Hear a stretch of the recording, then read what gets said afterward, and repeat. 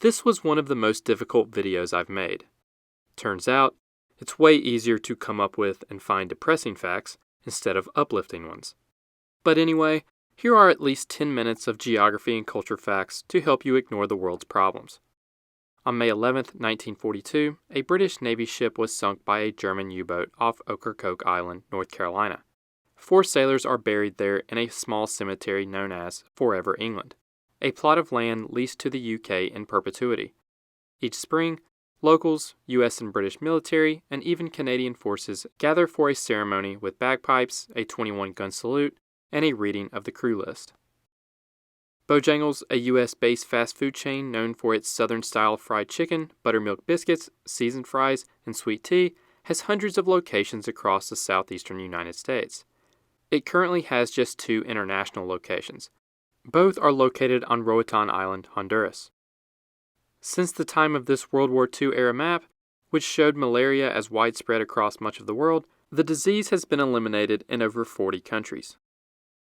The Lewis and Clark expedition named many rivers and landmarks after members of their group, like the Sacagawea River, named in 1805 after Sacagawea saved crucial items from a capsized boat. Among them were scientific notes, maps, and journals.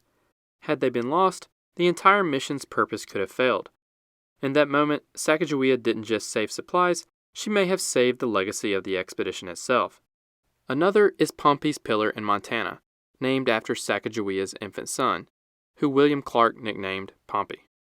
In Spanish-speaking countries, R2-D2 is nicknamed Arturito, which means Little Arthur. In London's Trafalgar Square stands a statue of George Washington, placed there in 1921 as a gift from the state of Virginia. It's a replica of the original in Richmond. Out of respect for his vow never to set foot on British soil, the statue stands atop soil brought from Virginia.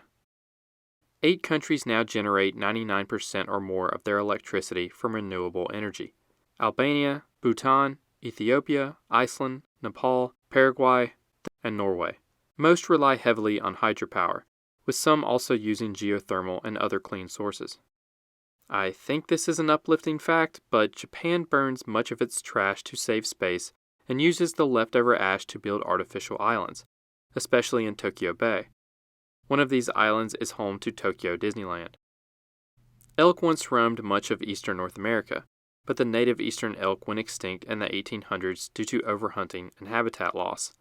Thankfully, elk were reintroduced in the 1900s using animals from the western U.S., and now they thrive again in places like Pennsylvania, Kentucky, and the Great Smoky Mountains. The Hawaiian language was banned in schools in 1896, and over the next century, the number of speakers dropped to just a couple thousand. But in the 1980s, native speakers and activists launched a revival, starting immersion preschools and expanding into public K-12 programs after the ban was lifted in 1986.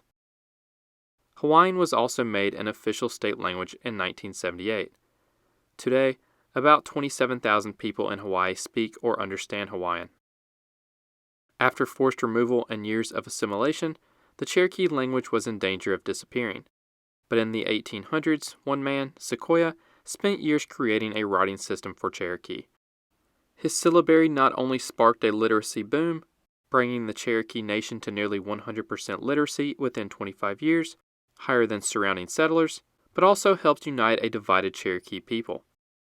Though the language later declined, today it's making a comeback through immersion schools, recordings of elders, and digital tools and language learning apps. A handful of countries have no official military force. Nations like Andorra and many Pacific Island states rely on police forces and small maritime patrol units for internal security, while countries like the US, Australia, or France provide defense if needed. In the Caribbean, places such as Dominica and Grenada use armed police units instead of military. Others like Costa Rica, Iceland, and Panama have no army but maintain limited forces with some military functions, and rely on international partnerships for protection.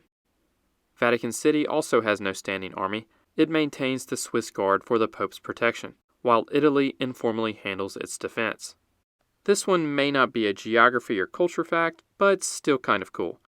In 2004, during the Indian Ocean tsunami that killed nearly 250,000 people, A 10-year-old girl named Tilly Smith saved her family and about 100 others on a beach in Thailand, all because of a geography lesson. Just days earlier, she had learned the warning signs of a tsunami in school, the sea pulling back and frothy bubbles on the surface. When she saw those signs, she urged everyone to evacuate. This story is a reminder of how powerful learning can be, and not just learning information, but recognizing patterns, solving problems, and thinking clearly when it matters. That's exactly the kind of thinking today's sponsor, Brilliant, helps you build. Through interactive lessons, Brilliant sharpens your problem-solving skills and helps you develop real understanding, one step at a time. Brilliant is a learning app that makes subjects like math, science, and programming feel approachable. Their hands-on approach keeps you engaged. You're not just watching videos, you're actively solving problems and learning by doing. There's a project I've been wanting to build for a while, but I kept putting it off because I didn't know where to start with coding. What finally helped was the Thinking in Code course on Brilliant. Before I even touched a tutorial, Brilliant walked me through how programmers break down problems. It gave me the confidence to begin. And because everything is visual and interactive, it's easy to fit into your day, even if you only have a few minutes. To try everything Brilliant has to offer for free for 30 days, visit brilliant.org/geographygeek. Scan the QR code or click the link in the description. You'll also get 20% off an annual premium membership. In March 2025, Kyrgyzstan and Tajikistan signed a landmark treaty resolving their entire 984-kilometer border dispute. This conflict had led to repeated clashes over decades, including a major flare-up in 2022 that killed over 100 people and displaced tens of thousands. The agreement included land swaps, joint water management, and reopened border crossings, which not only ended violence, but also reconnected communities. In a separate case, India and China reached a border patrol agreement in October 2024 to ease tensions in the Himalayas. Since a deadly 2020 clash in the Galwan Valley, both sides had built up forces in the area. The new agreement restored patrolling rights, created buffer zones, and led to phased troop withdrawals in contested areas.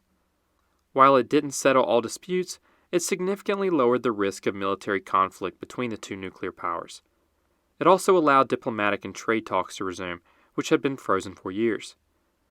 Again, I think this one is good news, but after 14 years of civil war and isolation, sanctions on Syria were mostly lifted in May 2025 following the fall of the Assad regime in December 2024. The US, EU, and UK erased restrictions to support Syria's political transition and recovery. Saudi Arabia and Qatar pledged financial aid, and Syria's stock exchange reopened, marking a major step towards economic reintegration.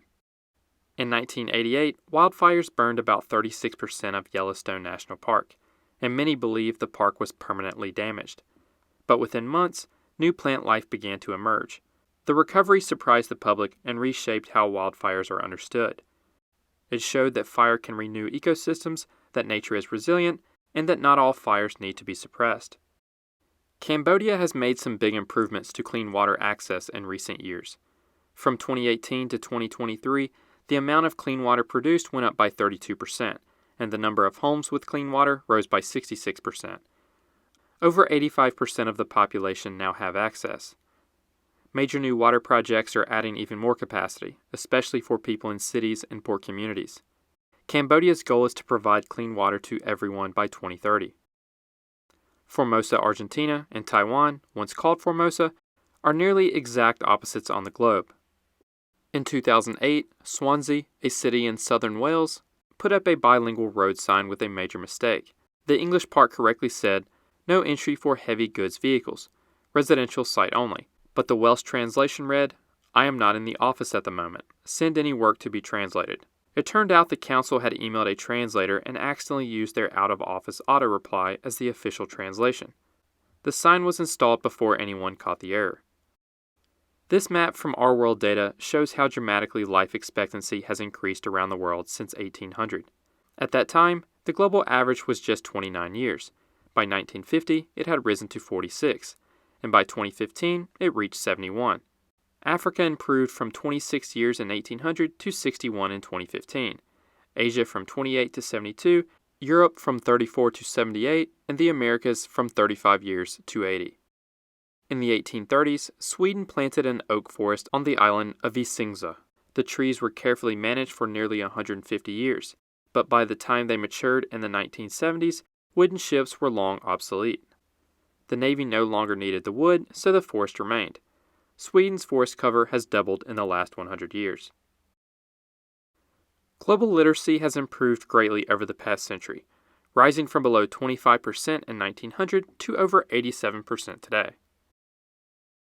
And that's all for this video. If you enjoyed it, you can check out some of my other random facts videos here. Thank you all for watching, and I'll see you in the next one.